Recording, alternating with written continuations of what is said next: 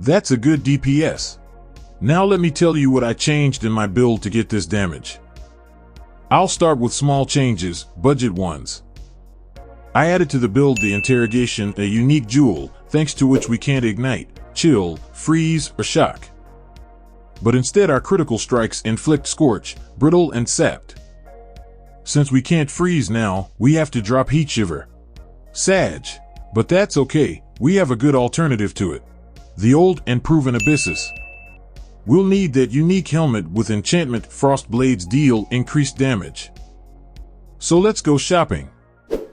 Wow, I thought it would be cheaper. Looks like Frost blades is meta.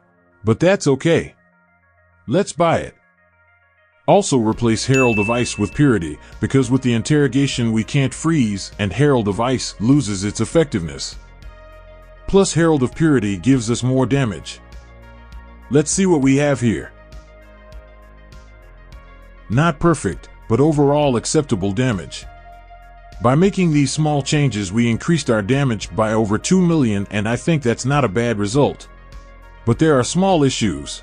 As always, since we don't use Herald of Ice now, our map clearing got a little worse. Nothing critical for me, but still. Also, if you use the same MTX as I do, you won't have these beautiful explosions. Alright, I will not rant, because we have so many improvements which I made and which I want to tell you about. But first, some important information. In this video I'll be spending a lot of divine orbs, and frankly, I don't think it's the best investment, because this build can handle almost all the content in the game as it is. And all I will do next is more for content and to show you what Frostblade Berserker is capable of if you want to spend some extra currency on this build and pimp it out. I originally wanted to do an in-game version of the build with the Eternity Shroud because it looked sick. But after I started calculating its cost, I realized it was worth a few mirrors, and unfortunately, I'm too poor for it. So sorry. But I think I found a good alternative that you will like as well.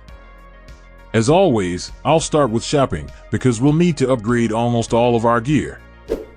Buy 2 large clusters with Feed the Fury, Fuel the Fight, and Martial Prowess. We will also need 2 more medium clusters with Basics of Pain and Pressure Points. And the last cluster is small with 6% increased mana reservation efficiency of skills. Approximately like this one. Now let's do a quick res pick. Perfect. Let's continue shopping, because we need good body armor. Looking for the following characteristics, you can apply an additional curse. And attacks have an additional critical strike chance. This would be perfect for us. Now let's get some crafting, because I have a strong desire to make cool boots with Onslaught on Kill, Tailwind, and increased effective Tailwind.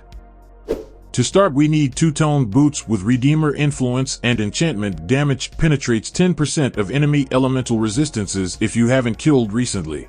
And Random Hunter's boots, at least level 82. Now use Alteration Orbs on 2-toned boots and try to find Onslaught on Kill. Not bad. But I want tier 1. Excellent. Next we use Chaos Orbs on Hunter's boots. We need to find you have Tailwind if you have dealt a critical strike recently, and ideally with some other hunter modifier. This is necessary so we can use Orb of Conflict and improve one of these modifiers. Ideally, of course, it should be Tailwind. So we found Tailwind, but we don't have the second modifier. Now we can use Exalted Orb and hope that we'll get what we need. But this is quite an expensive way, and instead we can use beast crafting, namely add a mod to a hunter item.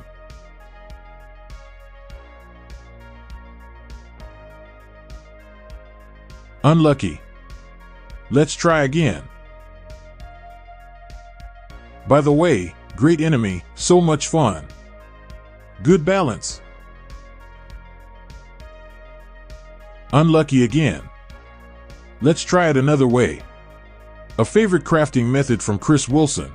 Take Exalted Orb, close your eyes, and get what you want. Fail again. Okay, back to beast crafting.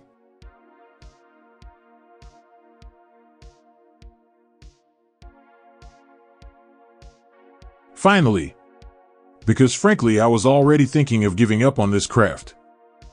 Although the most interesting thing is still ahead of us. Take the Orb of Conflict and pray to the gods of random. I hope I'll improve Tailwind. Wow. Sometimes lucky. At this moment my emotions are like this. Yes! Yes! Next we need Awakener's Orb, with the help of which we will combine these boots. The important thing is not to mess up the order. I hope that I got something good.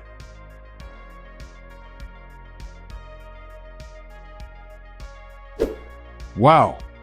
That's a tier 1 chance to suppress spell damage. But to be honest, I don't really need it, but overall it's a great result. And now the final step. Prefixes cannot be changed and then slam Veiled Chaos Orb. I wanted a 100% chance to avoid the chill, but that's fine too. Now craft life and that's it.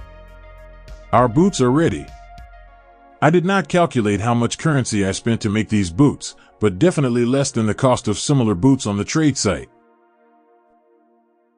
So crafting Path of Exile can be profitable. Maybe I should have done double elevated mods boots, but to be honest, I didn't really believe in the success of the entire thing, so I'll leave that craft for my next project. By the way, I used the crafting method from this YouTube channel. If you don't know about it yet, I recommend it. The link to it will be in the description of this video. Let's continue our crafting, because I still need a good belt. Ideally, I want to get a belt with life, elemental resistance, and some chaos res. For this item, I will use Fossil's craft, specifically Aberrant and Prismatic Fossil.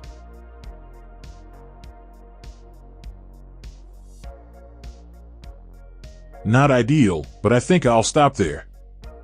Now I'm going to need a Redeemer Orb because we have a chance to get a good prefix.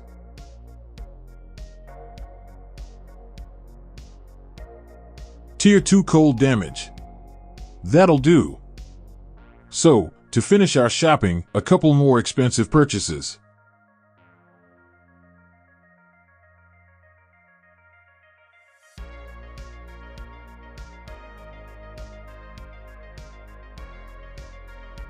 Among them is Forbidden Flesh and Flame with Tukohama War's Herald. Relatively expensive jewels, but trust me they are worth it, because they greatly increase our DPS. We'll need a new amulet. I had to drop the Vengeance Cascade, by the way. Despite the fact that it has a very powerful effect, we need projectile speed for its full realization, and in this build we can't get it. So, let's replace Vengeance Cascade with Panopticon. Finally, we gathered all the gear we needed, and now let's see what I got.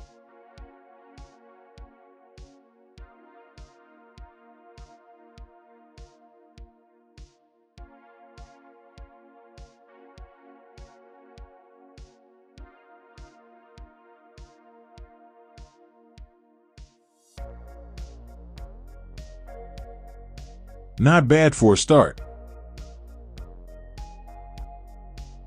Easy. Let's try the Uber version.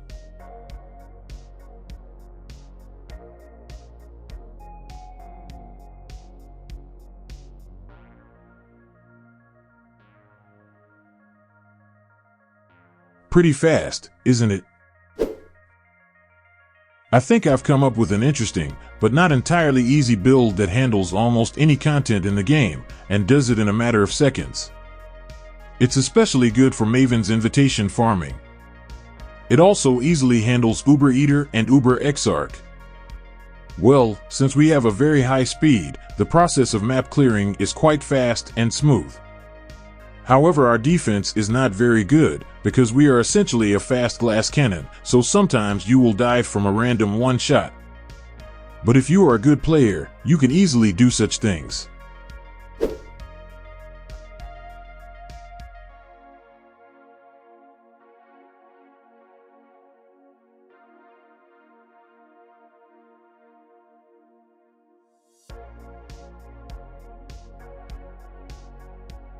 Also, killing other Uber bosses is quite a challenge for us, which will require a skill that I don't have.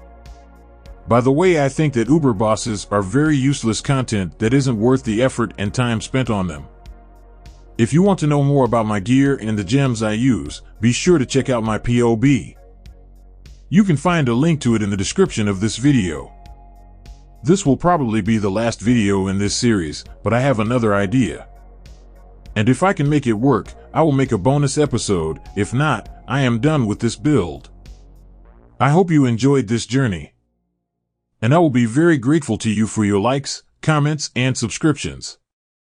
Bye everyone, and see you in new videos.